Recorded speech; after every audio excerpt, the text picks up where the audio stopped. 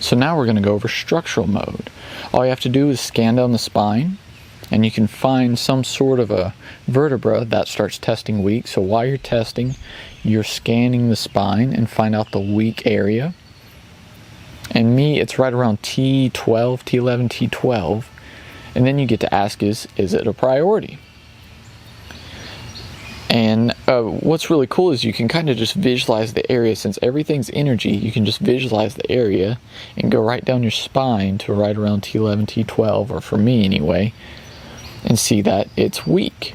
I get to ask, is it a priority? And it is. And then I can ask, does it need some sort of structural correction? And the body says, yes, it actually does. Pretty cool. So what you can also do is test various muscles. We'll test pectoralis major clavicular, which mine is weak. And you can test upper trapezius, which it is weak. And then figure out which one's the priority. Not the upper trap, but we'll test pectoralis major clavicular. And that one for me is the priority, pectoralis major clavicular. So now we get to figure out, can it benefit from a structural correction?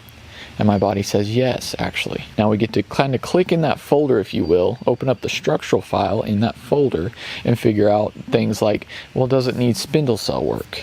Spindle cell technique? No. What about tendon work? No. Would it benefit from things like neurolymphatic, neurovascular work? There we go. So working the neurolymphatics, which is the 5th and 6th rib, and I'll put a picture up here for Touch for Health, but also working T5 and T6 on the back, and maybe even the neurovasculars on the front.